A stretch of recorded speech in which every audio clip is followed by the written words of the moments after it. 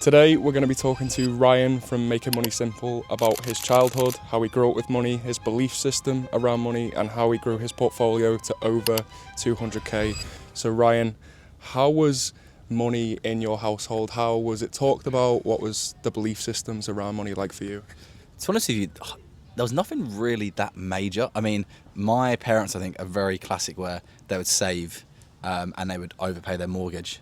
And from my understanding, that was really it. There was no like investing. I mean, they both work, so they have workplace pensions. Although I think it's only in recent years, since I've been banging on about it, they've actually looked into them. They only opened up their first stocks and shares ISAs once again in recent years.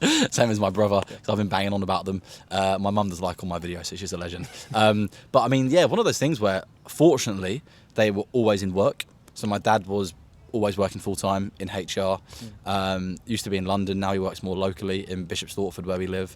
My mum was working full-time, and then when I guess I was born and my brother, she then has not worked full-time, but has always just done part-time jobs. So even now she has like 2 or 3 different part-time jobs on the go. She just likes making money, even though it's not very much money. But yeah, I mean, we sort of didn't really talk about money. I guess it's like a bit of a taboo, but I never like went without. I had like a good upbringing. I love my parents, they're legends. But there wasn't really any like finance or investing chat. It was very much just save money, pay off the mortgage, pay the bills, and everything else would take care of itself. Yeah, I think mine was pretty similar. We didn't talk about it a lot. We did more so now that I kind of make content about it. I think now it's more open and honest in the family, and I think that's a great thing. I think the country is starting to understand that we need to just become more financially literate. I guess, what was your earliest childhood memory around money? What is the first thing you can actually remember about money, and has that shaped anything in your belief system? So I actually used to do, we lived in Enfield, that's where I was born, sort of around North London, and we was on Delhi Road, and then my grandparents, legends, used to live around the corner on Crawley Road, and during like weekends and school holidays, I would go around there and help my nan and granddad do chores, and it would give me like £1 or £2 coins. So you learned the value of money immediately. And then I would go around to, luckily I didn't get taxed actually. I do hear that one where like, give my children pocket money, but I take 30% just so they know what to expect in future. I saw another great one years ago where it was like, I could give my child 1 marshmallow before school or 2 after school. The child chose 2, he got back, and there was 0. That's volatility for you. That's the marshmallow test. I think that's a psychology thing, delayed gratification and all that, but yeah, you just took them. But so I used to get like 1 or 2, I think it was like £1, just like helping my granddad do the gardening, or helping my nan, I don't know, take some stuff around the corner to her mate's house or whatever. And then I would then go around to the corner shop, Mr. Sani's, and buy some like stickers, essentially. Yes, so that's Matcha Tucks? Yeah, I used to love collecting those. Yeah, me too. But yeah, and then I guess I've sort of always had jobs. So I'd done like a newspaper round when I was 12, which thinking about it now was like almost slave labour. I was working 7 days a week. I would get there for about 6 o'clock in the morning. It would often take me an hour and a half, especially on a Sunday with all like the inserts. And I'd get 25 quid a week. Oh my God. I mean, this is like going back 15 odd years. Inflation. Yeah, inflation. Now it's probably 30 quid. Yeah. Then I was a football referee, which was actually probably great money. Yep. I used to get £20 to £30 a game, and I was refereeing 2 years below me, so I was like maybe like 14, 15, 16, doing just a couple of games at the weekend, making like 40 quid, which back then was I'd buy myself FIFA, or I could like save up and buy something. It was FIFA class. And then I got a part-time job at Waitrose in Bishop's Stortford, just working like 12 hours a week or something. But I don't know why, but actually luckily I've always been like quite good at saving money. So even through that supermarket job, I saved up for essentially 2 years. Then I bought myself a MacBook before I went to uni. I guess I wasn't paying any tax, and there was no student loan or nothing, but I saved that for years, and so I've always sort of been quite a good saver. And I think, to be fair, in my parents' sort of defence, not that I'm mugging them off, but they are like they're not very reckless. They're not like extravagant, or they don't buy like luxury mad things. So it's all quite sensible. And I think maybe through that and seeing them do that, I've just been naturally wired just to save money. And then it was then luckily when I was 20, then I stumbled across investing, and that's what's helped me build my portfolio. But they were sort of my childhood and sort of early jobs that got me the idea of making money and saving it. And oh, okay, I got myself a MacBook. That's pretty good. And then it sort of, it goes Just like that. seemed like you learnt the value of money very early on. I think my first memory was I had a wheelbarrow in my first house and my dad wanted me to put beer in it and basically carry it to him and his friend, and he'd give me £1 for taking beer to him. It was like learning how to manage money and make money from a young age. That'd have been great. Every 10 minutes, £4 an hour. They were big drinkers and still are. Anyway, so going into university then, what did anything shift? I know you said you found investing, but did anything majorly shift in your mentality around money in that kind of early stage of your career and going into university? Yeah, with uni, I guess it's one of those things where I always sort of had part-time jobs throughout just because I wanted money so I could spend it. So I used to work at Waitrose when I would come back from uni. I also had like a part-time job in a call centre at uni. But my first 2 years, so I did 2 years of uni, a placement year working in London when I started investing, and then a third year, final year. But in the first 2 years, it really was just, you get like the lump sum of your student loan, is it like 2 or 3 times a year? So then I would actually try and sort of budget that. I would, okay, for the halls I've got to pay whatever, like I know these are what my outgoings are going to be. And I think for me, the maintenance loan I got sort of covered most of my essentials. So I think the uni halls rent was actually quite expensive. So I got like food included in my first year. But then because I always had a part-time job on the side, I sort of earned extra money and could use that, I guess, for like nights out and that sort of stuff. But I wasn't reckless, but I didn't really know what I was doing in the first 2 years. It was probably on that third year when I worked for a year in London and I got auto-enrolled into the workplace pension, which I didn't realise at the time that made me an investor. But it was really through that, and through that year I was back and forth on the trains, always delayed, so like hours every day. I used to like have a client in Milton Keynes, so I was working as an accountant and doing my chartered accountancy exams at the time. It was really through that year I'd done loads of research, like Reddit and YouTube were great. I read all the classic finance books you hear about. The first one was Rich Dad Poor Dad, of course, classic, although he's a bit, he's gone off the rails. Predicts a crash every 5 minutes now. And then it was really, through that year that I sort of then started to understand more, and I sort of then properly started investing in 2018-19, my final year of uni. It was 100 quid a month back then into my Vanguard stocks and shares ISA. And I made a lot of mistakes at the start, but that sort of held me in good stead to sort of where I am today, I guess. What were some of those mistakes that kind of made you realise maybe I'm doing this in the wrong way? So when I very first started investing, so off my own back. So I say I accidentally started investing in mid-2017 when I started working, because I got auto-enrolled into workplace pension. I then sort of properly started investing off my own back about a year later in mid-2018, and I sort of made a chain reaction of mistakes. So I opened up an account with Halifax, I banked with them, and I thought you had to just invest on your bank. I didn't know what an investment platform was. I then opened up a general account, so I didn't know what a stocks and shares ISA was. Or a pension. I was picking individual stocks based on what these American YouTubers were saying. So I invested in like Alibaba, Facebook, these other US companies. Every time on Halifax I was paying a £12.50 trading fee and an FX fee. So I was only investing 100 or 200 quid at a go, and I was paying massive fees. So even if I did get a good return, I would still never make, because I paid £12.50 to sell. So I'm investing 100 quid and paying 25 quid in buying and selling fees. Not even worth it at that point. Shocking, honestly. I fortunately, after all those mistakes, like trying to time the market, trying to pick stocks, paying high fees, listening to online tips, finally stumbled across an ISA, Vanguard and global index funds.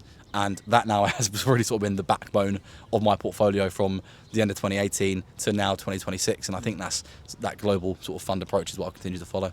Yeah, and you moved to Australia. Was there a reason for that? And did moving there give you a different outlook on life or money in general?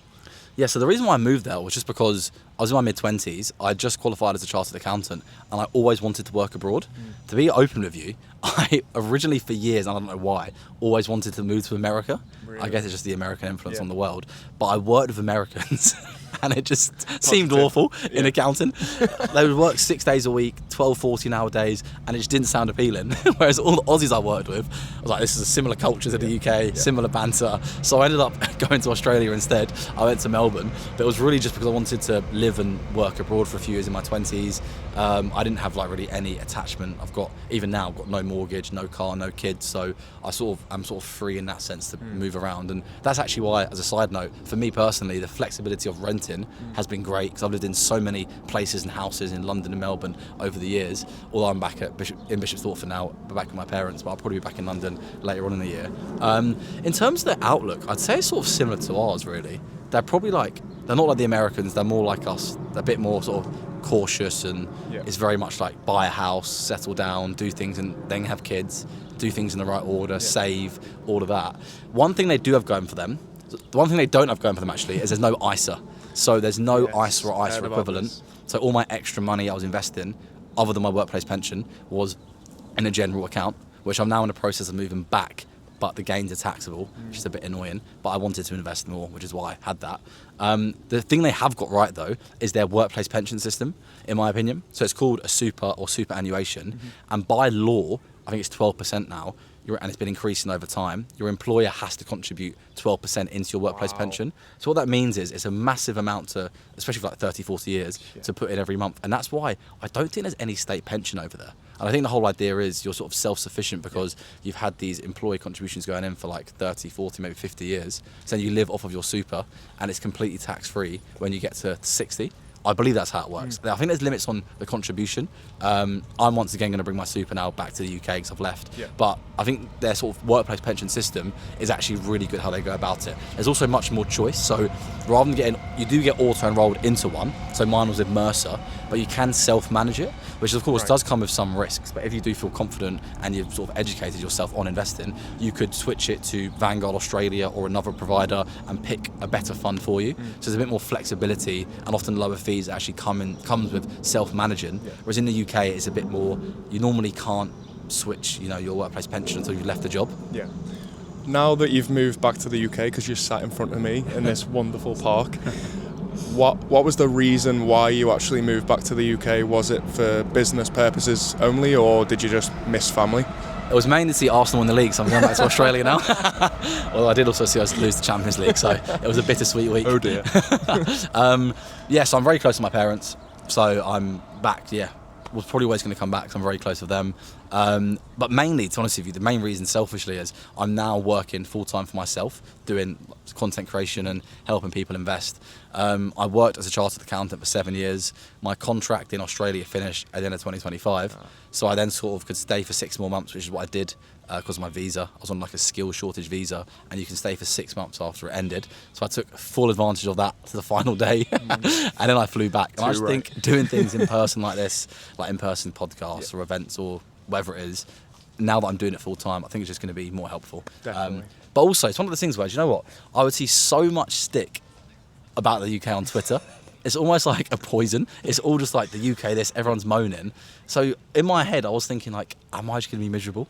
But I've been back and I've been loving it. So I'm glad to be back overall. What's the mentality difference? Because I know personally the amount of tall poppy syndrome in the UK, people putting each other down for success, they don't really want to see businesses go anywhere. They don't really care about business. They take the mick out you really if you even try and start something. Are Aussies the same, or are they a bit different? It's not as bad, but it's still a bit of that, I'd say. Yeah. I guess I didn't have much first-hand exposure to it, but I think there is probably still a bit of tall poppy syndrome, It's nowhere, it's probably better than us, but still closer to us than America. Well, they're just super positive. Next level. So obviously now you've been investing for 9 years, is that? I've only been investing for 3, so you're a very experienced investor. Yeah, exactly. Tell me how you went step by step to kind of building, what is it, a 200k portfolio at the age of 27? 9? I wish I was 27. There you go. That's my prime prime drinking years. But what was kind of the process that you took? Obviously you made all the mistakes, but if you could give a beginner investor kind of a step-by-step guide, what would you kind of tell them to do? Yeah, so my sort of 3-step blueprint I talk about to try and teach people to investors, you choose a platform, choose an account, and then choose a actual investment. So for me now that I'm back, the main 2 ways that I do that are Vanguard, SIP, and the FTSE Global All Cap, a low-cost global index fund, and then trading 2-on-2, FTSE All World, stocks and shares ISA. They're really the main 2 ways. And it's one of those things where you don't really have to overcomplicate it. I personally think that I can't pick winning stocks, or that it's so difficult to, and I also can't time the market when it's going to boom and bust. Yeah. So I simply just invest consistently and ignore it. And the reality is, in the early years, I'm not going to lie, it does feel pointless. I remember putting £100 a month in Vanguard. You know, I'm up or down like £2 a month. I'm like, what is the point in this? No point. So you really do need to sort of educate yourself and think of the long term. But now I stand back and I've got 200k. Of that, about 90k is my only contributions. About 40k is free money, and that's really a top tip as well. If you do have a workplace pension, whatever they match your employer, just match it as well, because it's literally free money. And some workplace pensions are even better than that, where you might put in 5% and they give you 10%, but whatever it is, just find out and maximise it. And then the other 70k is gains, which is mad to think about now. And when you put it in like a pie graph, it looks mad how my gains are nearly as much as my contributions, or my own contributions out of my own money. Yeah. That's like 90k, the 40k in free money, and then the 70k in gains. But that's really the benefit of just 9 years. And it's one of those things where there's been so many dips, corrections, even a couple of big crashes in the last 9 years. But yet when you zoom out, it's just mad to see the market just goes up. It's like almost like a straight line, but then when you zoom in, it's just like a mad roller coaster. Yeah. So I would definitely say the whole education aspect, like watching like our videos, reading some books, Reddit, YouTube, all those just great resources to actually educate yourself. And I do think if you understand the market goes up and down, if you understand that index funds are probably the best way to invest, then you can just stick to a plan, set up a plan, and just stick to it, rather than trying to like read reports and pick when to buy and sell and try and time the market. It's just so difficult. Yeah, I think for me at the minute, obviously I'm 3 years in, so nowhere near kind of the level or experience of you. Mate, you're doing well after 3 years though. Yeah, but because I'm so focused on contributions, it still does feel a little bit monotonous, not seeing the returns kind of outperform, you know, the amount that I'm putting in. But like you said, over time it starts to take over what you're actually putting in, and interest grows faster than your contributions. So I guess if you could go back to being 18, what are 3 things you would tell your 18-year-old self if you could do this journey all over again? Yeah, it's a good question actually. I mean, I opened a stocks and shares ISA when I was 21, so I definitely would have just... Same? Yeah, I definitely would have just opened up a stocks and shares ISA the day I turned 18, and I would just say to people, like, put away 10% of what you earn. So if you, I don't know, in your net, even like working a part-time job, if you're like at Sainsbury's, Tesco, and you get, you know, £1,000 a month, just put £100 in a stocks and shares ISA and just build up that habit. And I think if you can do it on a small amount when you're younger, the habit really does become sticky. And now I've never missed a month in 9 years of investing, because I almost feel like bad. I don't want to not invest, so I'm going to break my streak. It's almost like a way to gamify it. That'd be the first one. I mean, the second one, a bit different, but probably just like to get a credit card. I got my first credit card at 20, and they obviously can be dangerous. Of course. So you always got to pay off in full every single month, and I set up an automatic direct debit. But in Australia, I mean, I got the Amex Qantas, which was a paid annual fee one of $450 dingo dollars, but I didn't really pay for a single internal flight the whole time I was there, because I got 100,000 plus bonus points. Wow, nice. And I think often if you fly Jetstar, the Bogan missile, the Ryanair equivalent, it's like 5.7k. So you can get so many free flights just by using credit cards, and you get points when you spend. And then the third one would honestly probably be, looking back, I should have really upskilled myself, to be honest with you. I sort of back then was just like a bit of a liability, just drinking, going out, you know what it's like when you're 18. Like the whole uni student loan, as I was saying, went on. Luckily back then it was like 4 VKs for a fiver and three double vodkas for a fiver on like the student nights at Loughborough where I went. It was great. But probably actually like upskilling myself. So like back then I was just sort of like messing around, to be honest. But even like now, what I'm trying to do is like teach myself about coding, teach myself about AI. I guess selfishly now, because I am working for myself, I can implement them in what I'm actually doing and make my own things smoother. But also, if I was still working as I actually was still working as a chartered accountant this time last year, and it's probably embarrassing to admit I'd never used AI. Everyone, because I was a bit more senior at that point, so I've been doing it for 7 years. All like the grads and the sort of like what they call like staff, the people were like using Copilot and AI, and I just was like ignorant to it all. Then I started working for myself full time. I'm like, I'm a donut. I could have made things. I could have wrote memos with this, looked into accounting standards. I could have just given better like answers, written better. Anyway, so I think just if you can upskill yourself on current things or things that could be useful, even like social media marketing, like running ads, that sort of stuff. And you can probably take free courses or courses online that don't cost too much. They're probably good things to do. Even things like, you know, I would use every day Word, Excel, PowerPoint, particularly more towards the end. It was a lot of PowerPoint, like making presentations to give to like a partner or a CFO, and even just upskill a lot of those sort of communication skills and writing skills. It just goes such a long way in whatever you're doing. And even now, I probably need to do that more, because that'll help me make better videos, speak better, all of that stuff. Mate, me too. I think that was amazing. I think if anyone watching is 18 and hopefully stumbles across this video, I think these tips will put you ahead of 95% of people your age probably. So go and follow Ryan on social media. What are some of your handles? Making money simple on pretty much every On platform. everything? Yeah. Perfect. If you want any more investing content, personal finance stuff, making money simple. And if you've got any questions, you can just DM me or drop me a message anytime. You've got a book as well, haven't you? Stop waiting, start investing. Thanks for mentioning it, Will. Plug. I'll slide you a $5 later on. Get you a Guinness. If you are honestly though a beginner investor and you just want to get going in the easiest possible way of no jargon, it's about 250 odd pages. Stop waiting, start investing. You can get it on Amazon, give it a read, and it should hopefully help you finally get started. If you've been procrastinating for years, just get it, smash it out in a day, and hopefully it'll help you.